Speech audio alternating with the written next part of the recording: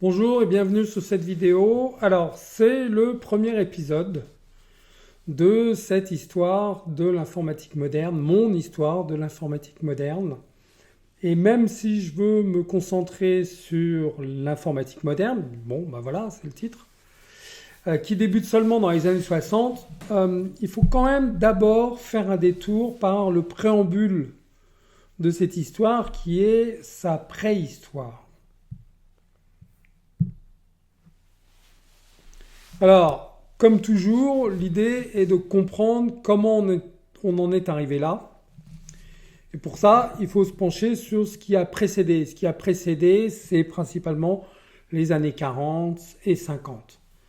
Dans les années 40, on est en pleine guerre et évidemment, beaucoup de gens, et surtout les Américains, travaillent sur les calculateurs avec l'émergence de nouvelles machines, de machines basées sur l'électronique. Alors, à la base, ces calculateurs étaient utiles pour faire les tables de tir pour l'artillerie, de façon à pouvoir calculer au mieux la hausse du canon pour que le missile, on disait ça comme ça, atteigne sa cible en fonction de sa distance, en fonction de éventuellement sa vitesse de déplacement, etc., etc. Enfin bref, il y avait beaucoup de calculs à faire et c'est ce qu'on appelait des tables de tir. Alors notre préhistoire commence vraiment en 1946 avec l'achèvement de l'ENIAC. Alors l'ENIAC, c'est considéré comme étant le premier vrai ordinateur intégralement basé sur l'électronique et faisant des calculs numériques. Alors c'était une très grosse machine, on voit quelques photos là, avec beaucoup de câblage dans tous les sens et qui reposait principalement sur l'utilisation de tubes à vide. À ce moment-là, le transistor n'avait pas encore été inventé, donc on utilisait des centaines, voire des milliers de tubes à vide. Ça consommait beaucoup d'électricité, produisait beaucoup de chaleur et c'était pas très fiable. Ces tubes à vide claquaient assez facilement. Alors, autour de l'ENIAC, puis de son successeur l'EDVAC, je ne me rappelle plus exactement ce que veulent dire les abréviations. Là, en fait, c'est écrit. Donc, ENIAC, c'est Electronic Numerical Integrator on Computer.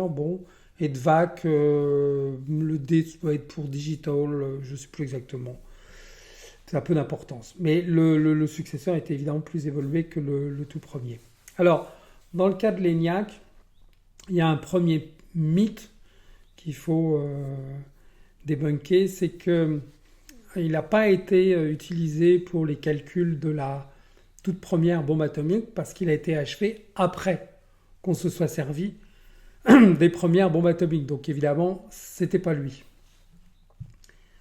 Les personnages importants de cette histoire, de cette préhistoire, ce sont les créateurs de l'ENIAC qui sont John Prespert,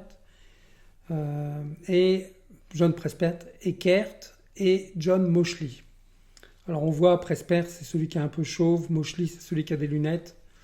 En gros, la répartition des rôles entre les deux, c'est Moseley, c'était le théoricien, le professeur d'université, alors que Eckert, c'était le praticien, celui qui avait les mains dans le cambouis, c'était l'expert en électronique, c'était celui qui faisait. Moseley avait les idées, Eckert les réalisait. Évidemment, c'est un peu schématique, mais il y a quand même un peu de ça. C'est le duo fondamental des débuts des ordinateurs, des vrais ordinateurs qui précèdent l'informatique. Et ce duo qui est peu connu, ils sont pourtant à l'origine de tout au moment des débuts, c'est-à-dire les premiers vrais ordinateurs, les premières startups, comme on le verra un peu plus loin, la première médiatisation, on verra ça aussi un peu plus loin. Donc ce sont des personnages importants et ils méritent qu'on parle d'eux, parce que sans eux, on peut penser que non pas il ne se serait rien passé. L'histoire en fait se déroule, peu importe les personnages qui s'y attachent, et il y en a eu d'autres qui ont fait d'autres choses à côté, en Angleterre, en Allemagne, et qui sont encore moins connus, qui n'ont pas eu les honneurs qu'on écrive des livres sur eux et qu'on retienne leur nom. y compris aux États-Unis. Il y a Aiken, par exemple, qui a travaillé sur l'IBM Mark I, qui a été prêt avant l'ENIAC et qui a été important aussi. Mais pourtant, c'est fondamentalement ce duo qui sont les personnages pivots de cette préhistoire de l'informatique. Alors, on ne peut pas ne pas parler du rôle de John von Neumann. Alors, John von Neumann, là, par contre, c'est quelqu'un de très connu. C'est un physicien, on l'a qualifié d'esprit universel, il était à l'aise partout, supérieurement intelligent. Et Einstein, par exemple, qui répondait quand on lui posait la question « Qu'est-ce que ça fait d'être l'homme le plus intelligent du monde ?» Il disait « Je ne sais pas, demandez à John von Neumann. » Donc c'est vraiment un gros morceau, lui. Alors, von Neumann, il a travaillé avec Eckert et Moschly sur l'ENIAC. Il a été consultant pour la construction de cet ordinateur. Mais comme il était également impliqué dans le projet Manhattan, pour la bombe A, c'est de par cette connexion que vient sans doute le mythe que l'ENIAC a été utilisé pour les calculs de la bombe A. Bon, von Neumann, lui, a apporté quelque chose, en tout cas il a laissé son nom sur quelque chose d'important, c'est l'architecture von Neumann, dont on voit un schéma là sur cette image. Et il y a eu toute une polémique sur cette architecture que j'ai découverte récemment, en fait, je l'ignorais.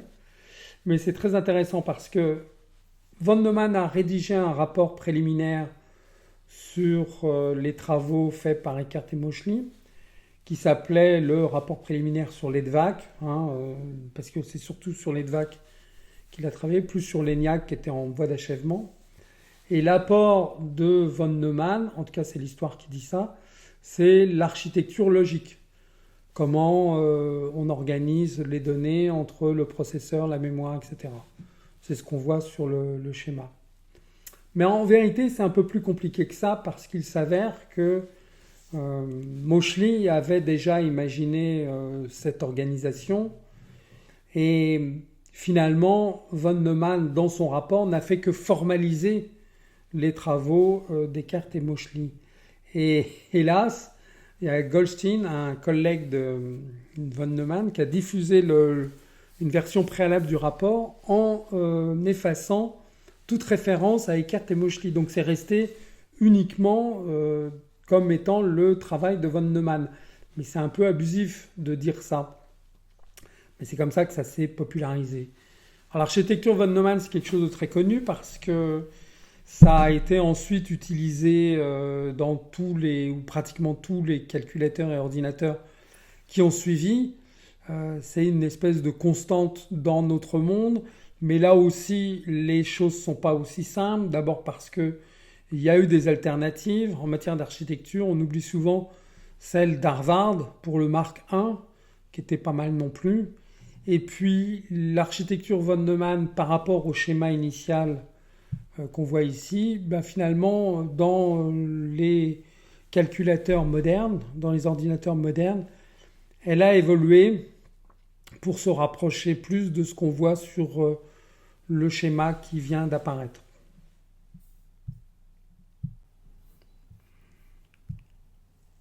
Alors, avant d'aller plus loin, il faut évoquer également l'EDVAC, que beaucoup considèrent comme étant le premier vrai ordinateur. Donc j'ai mis en avant l'ENIAC.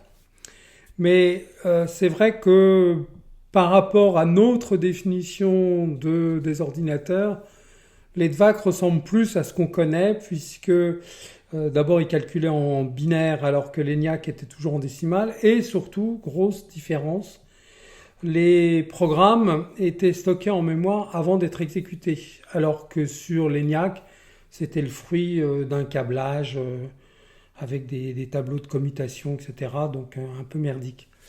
Donc on peut effectivement considérer que l'EDVAC, en tant que dinosaure de cette période, ressemble plus aux ordinateurs qui ont suivi. Ceci dit, il était toujours basé sur des tubes à vide. Et ça a complètement, totalement disparu. De la même façon que les dinosaures ont été complètement remplacés par les mammifères.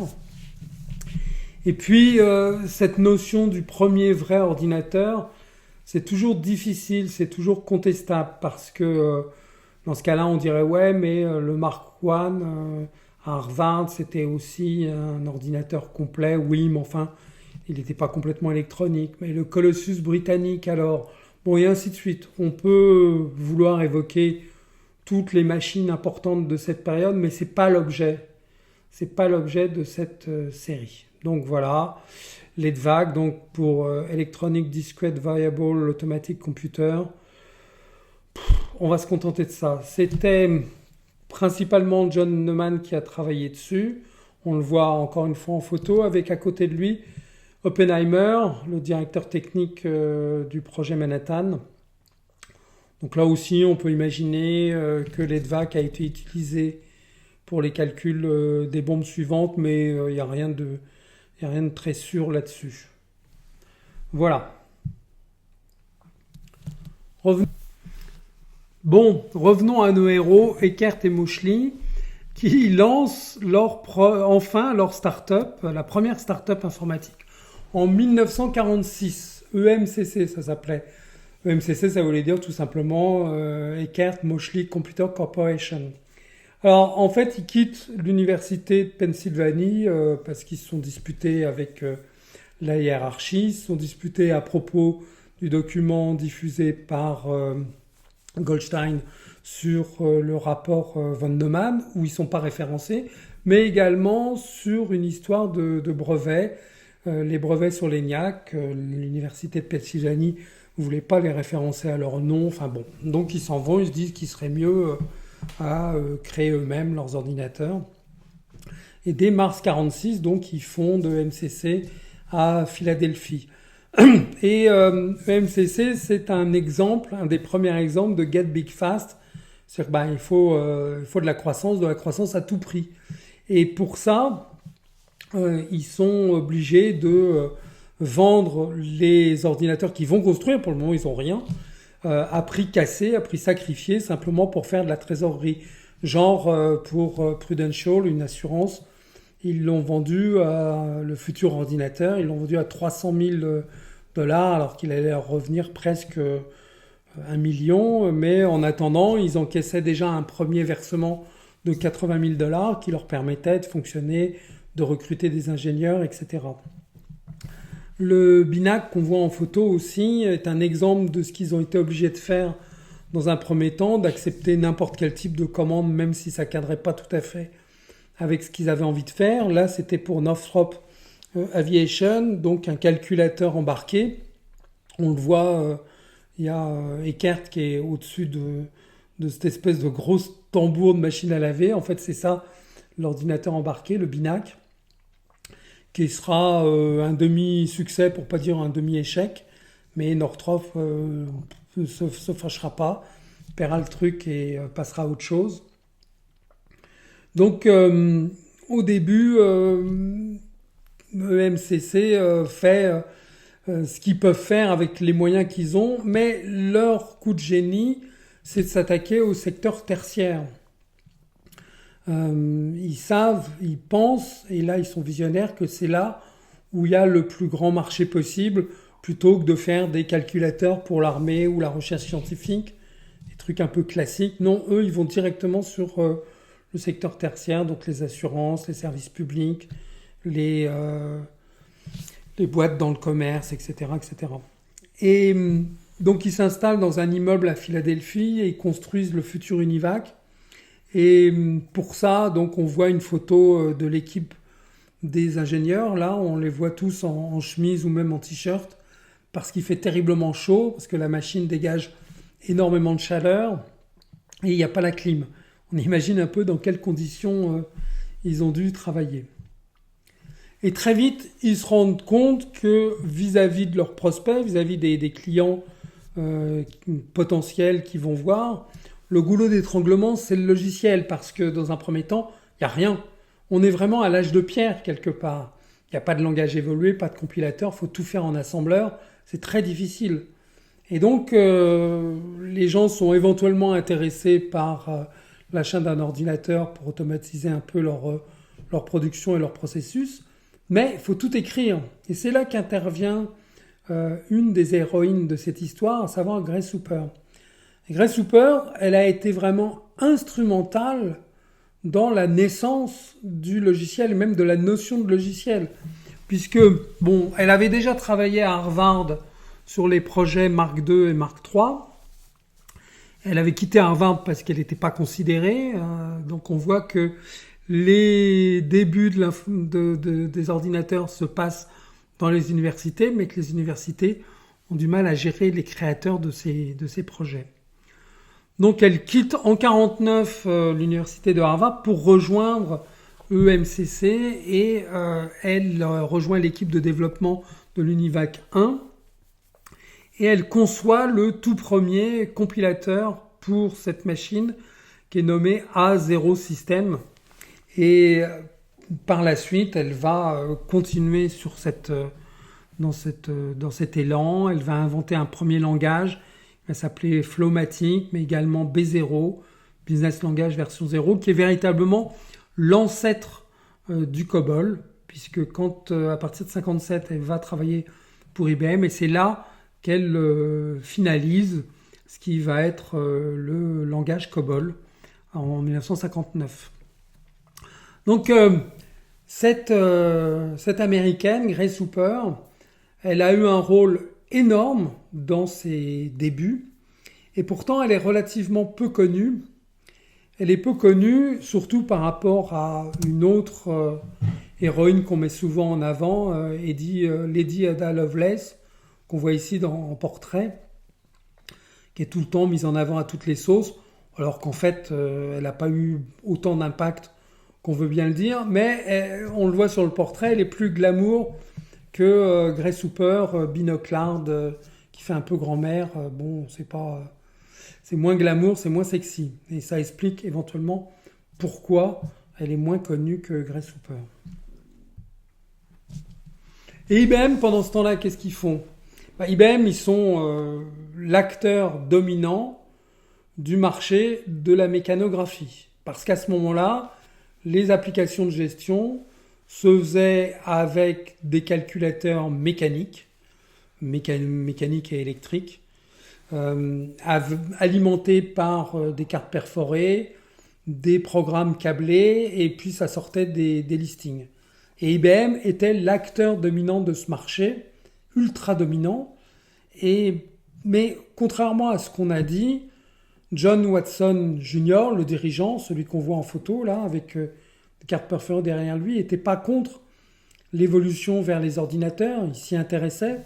Il y a même eu des discussions pour racheter EMCC, on verra ça un petit peu plus loin. Mais en 1950, éclate la guerre de Corée et les États-Unis sont impliqués dans ce conflit. Et à ce moment-là, IBM se met à la disposition du gouvernement américain. Ça a été une grande constante d'IBM dans cette époque, c'est-à-dire chercher à attraper tous les projets et contrats gouvernementaux possibles parce que ça permet de financer la R&D. Et donc, au lieu d'aller directement concurrencer Eckert & Moschly sur le marché de la gestion pour le secteur tertiaire, eh bien, IBM a passé son temps à développer des calculateurs pour l'armée, pour la recherche scientifique, exactement ce que Eckert & Moschly ne voulait plus faire. Donc là, pendant cette période, on peut dire que, pas vraiment qu'IBM a loupé le coche, mais a été en quelque sorte distrait, alors qu'ils avaient bien repéré qu'il y avait une activité possible du côté de ces nouveaux types de calculateurs qui venaient en collision frontale avec le marché de la mécanographie où ils étaient ultra dominants. Pendant ce temps-là, Eckert et Moschly ont toujours leurs difficultés de trésorerie et donc finissent par revendre à Remington Rand. Il y a eu des discussions avec IBM, mais qui n'ont pas débouché pour diverses raisons.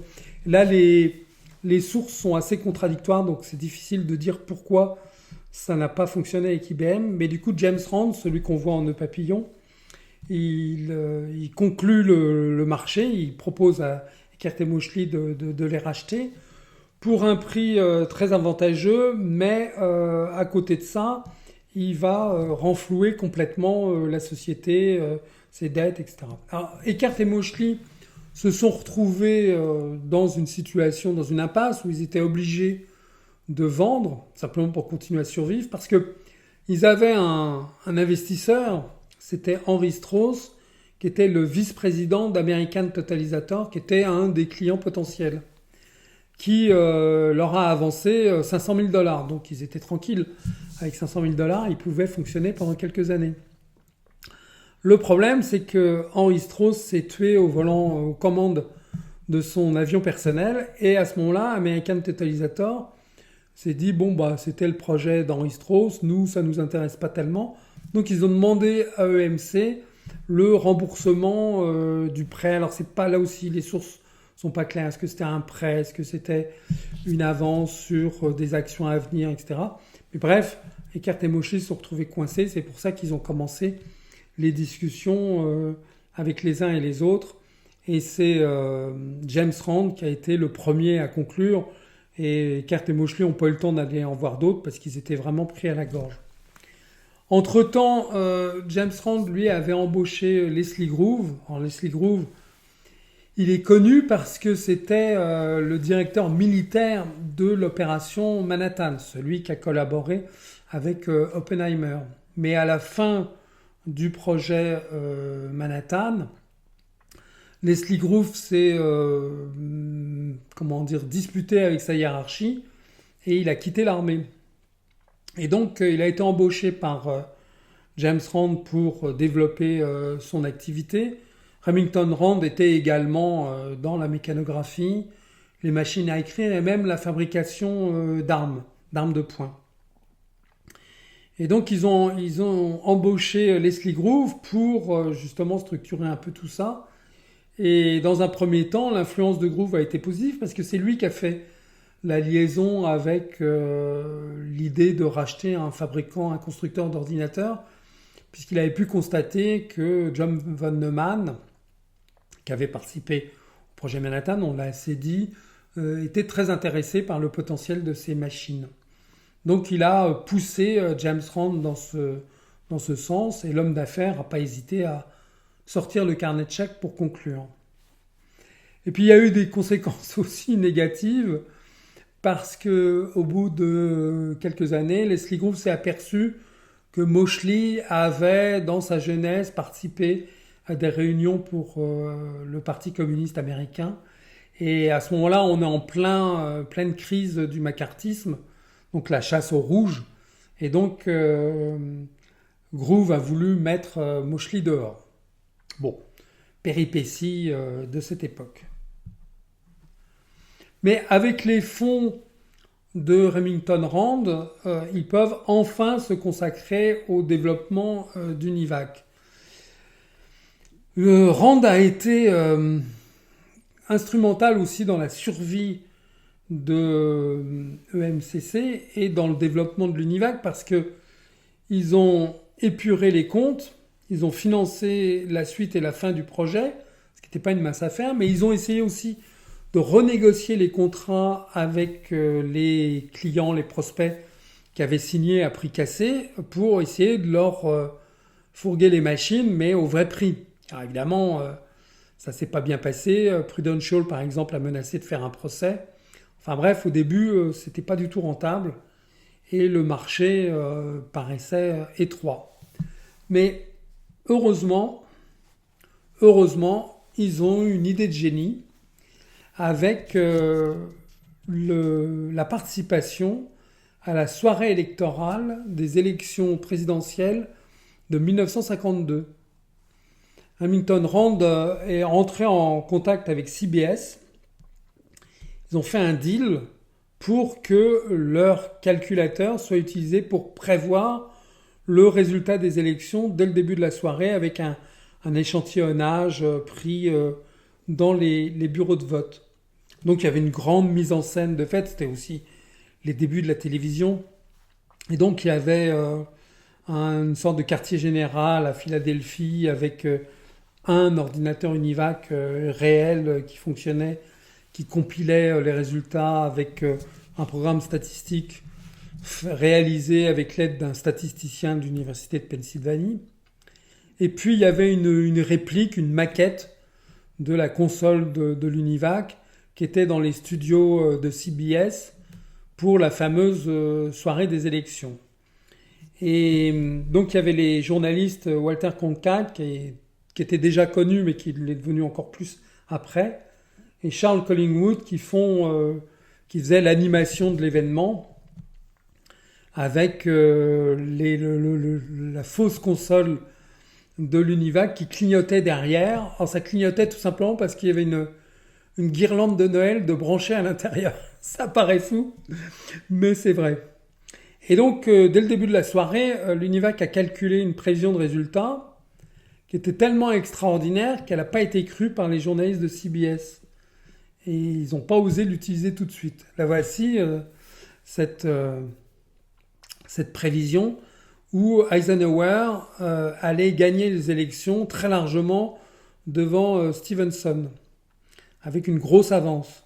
Et on peut lire sur la dernière ligne, « The chances are now 0 to 1 in favor of the election of Eisenhower ». En fait, c'est pas 0 to 1, c'est 100 pour 1, c'est-à-dire on est presque sûr à 100%, mais simplement, ils n'avaient pas prévu d'imprimer le résultat sur 3 digits, seulement sur 2, ils pensaient qu'au maximum ce serait 95, et donc ça s'affiche 0,0, alors qu'en fait ça devait être 100. Et à 8h30, cette prédiction était disponible, ils n'ont pas osé l'utiliser, et ensuite quand la soirée s'est développée, ils se sont aperçus que les prévisions étaient justes à quelques pouillèmes près. Ils ont été très surpris et ça a achevé de convaincre les participants de cette soirée que, avec l'aide d'un calculateur électronique, ça faisait vraiment la différence. Mais ça, c'est pas l'impact principal. L'impact principal, ça a été le fait qu'on a montré à la télévision un calculateur électronique. Et donc, ça a été la première fois que le public américain, le grand public, a été introduit à la notion d'ordinateur. Donc il y a un espèce d'avant et d'après dans cette histoire, puisque à partir de ce moment-là, la notion de calculateur électronique commence, je dis bien commence, à être connue du grand public. Donc on voit que les choses peuvent évoluer radicalement avec un petit coup de pouce comme celui-là. Alors, dans un premier temps, c'est vraiment quelque chose qui est connu uniquement par les scientifiques. Mais dès 1949, il y a un premier livre qui est publié par Edmund Berkeley sur ces machines. Et à ce moment-là, on les appelait des cerveaux électroniques. C'est pour ça qu'il y a le terme giant brains, or machine that think. On voit que le fantasme d'avoir des machines qui pensent, ça date pas d'hier, c'est déjà un peu ancien. Mais on voit aussi que progressivement, les briques se mettent en place et que la notion d'ordinateur est en train de percoler progressivement dans l'esprit du grand public. Alors jusque-là, il faut bien comprendre que jusque-là, on est encore vraiment dans l'âge de pierre, dans la préhistoire, parce que les ordinateurs fabriqués par les uns et par les autres sont toujours basés sur les tubes à vide, qui présentent plein d'inconvénients. Ils sont coûteux, ils prennent de la place, ils sont fragiles et ils dégagent beaucoup de chaleur. Donc ça limite de toute façon les possibilités des machines. Même en alignant des milliers de tubes, on est quand même limité, ne serait-ce que par la consommation d'électricité et la production de chaleur.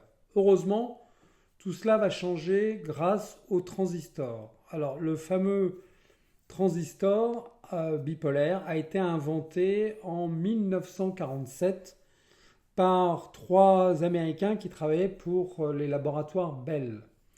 Il s'agit de John Bardeen, William Shockley et Walter Brattain. Et ces trois-là ont ensuite reçu pour cette invention le prix Nobel de physique en 1956.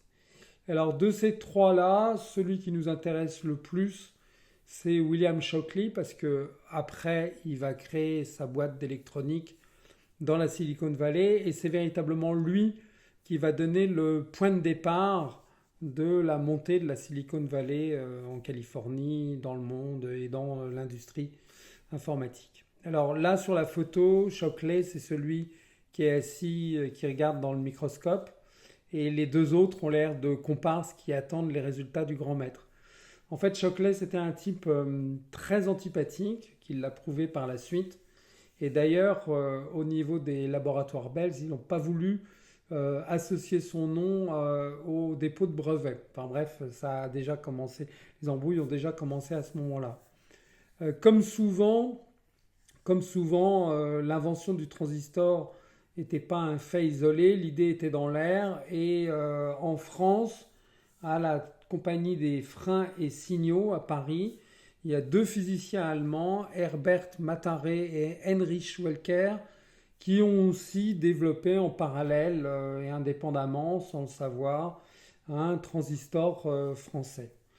Bon, ça arrive souvent et je pense qu'il y a les mêmes histoires en Angleterre, en Allemagne et ainsi de suite.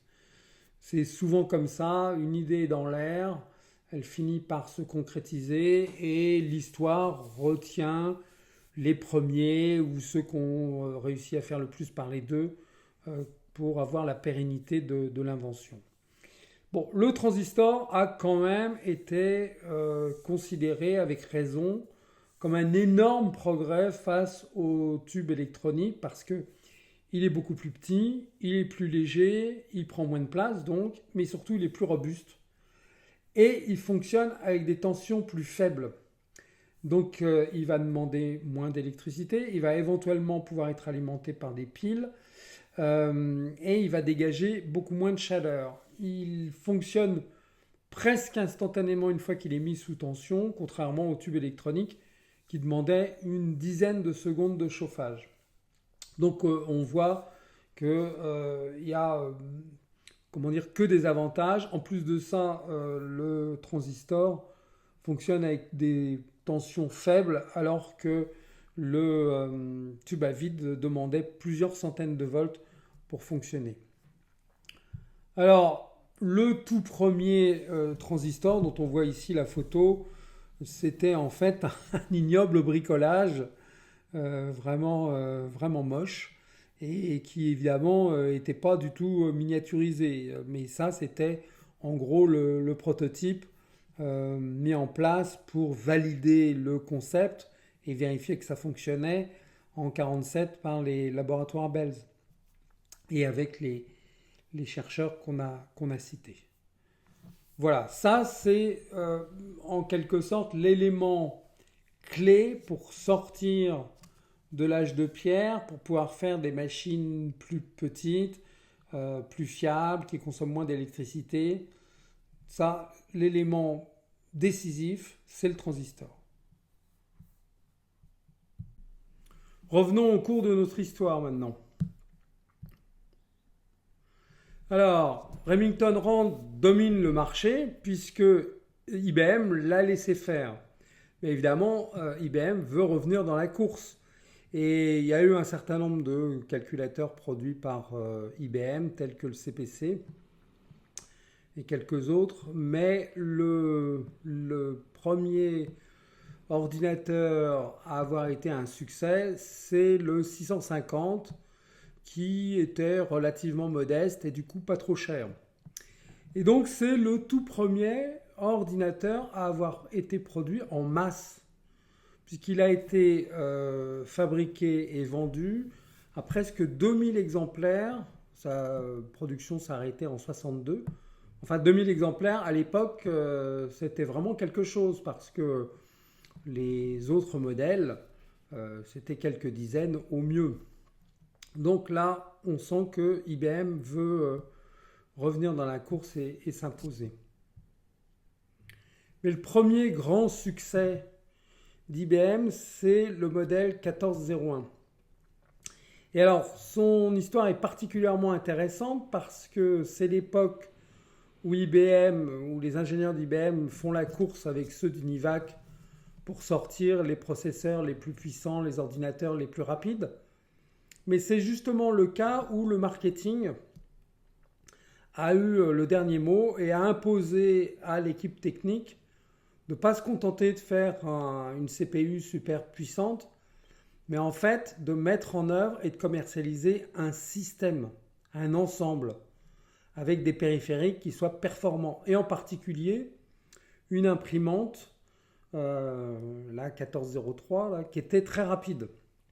Et en fait, ça a été le premier ordinateur vendu par IBM qui a commencé à convaincre les clients qui auparavant se contentaient des gammes en mécanographie de basculer vers les ordinateurs. Et le 1401 a été véritablement le premier grand succès de Big Blue puisque ils ont été agréablement surpris, même choqués en fait, de recevoir 5200 commandes au cours des 5 premières semaines de commercialisation du 1401. C'est-à-dire plus que tout ce qui était prévu pour la durée de vie de la machine. Il faut se souvenir que le 650, qui était le précédent succès, lui, il a culminé à 2000. Donc, ça a été tout d'un coup une grosse différence.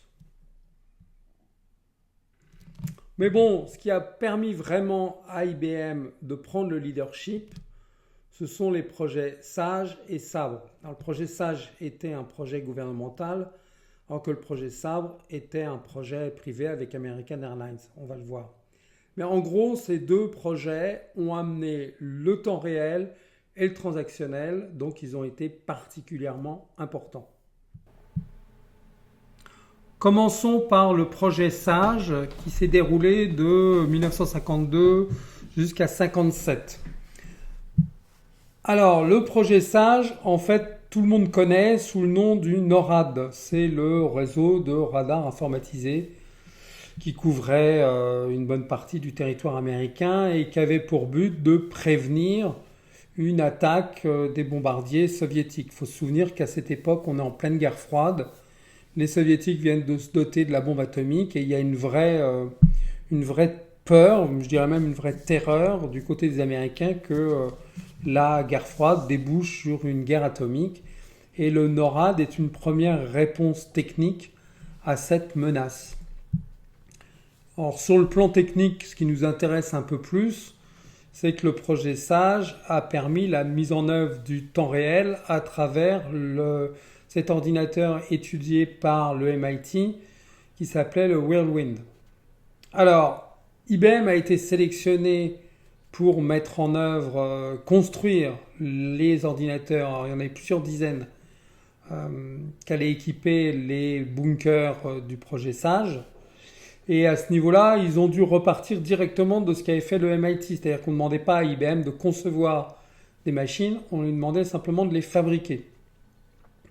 Et un détail quand même qui est important sur le Whirlwind, c'est que dans l'équipe qui a conçu et fabriqué le prototype, il y avait Ken Olsen qui, un peu plus tard, allait fonder DEC, Digital Equipment, qui allait être le principal challenger d'IBM dans les années 70 et 80.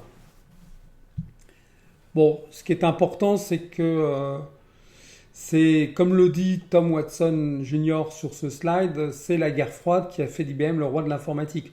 En effet, c'était un projet juteux, important.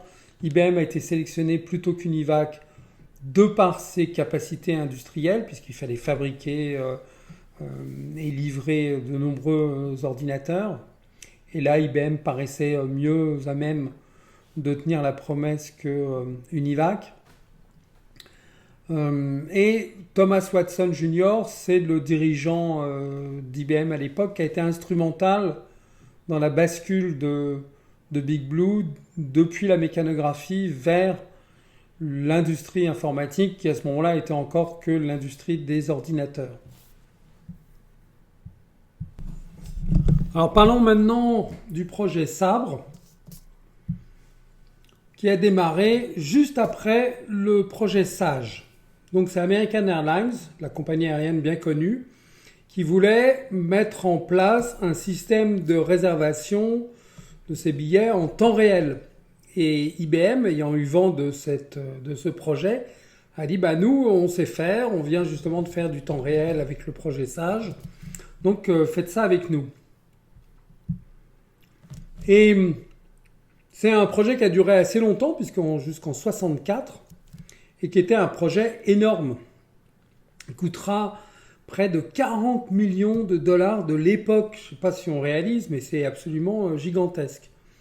Et ça a donné lieu à quelques innovations, quelques nouveautés, en particulier l'invention du disque dur pour le stockage de mémoire de masse.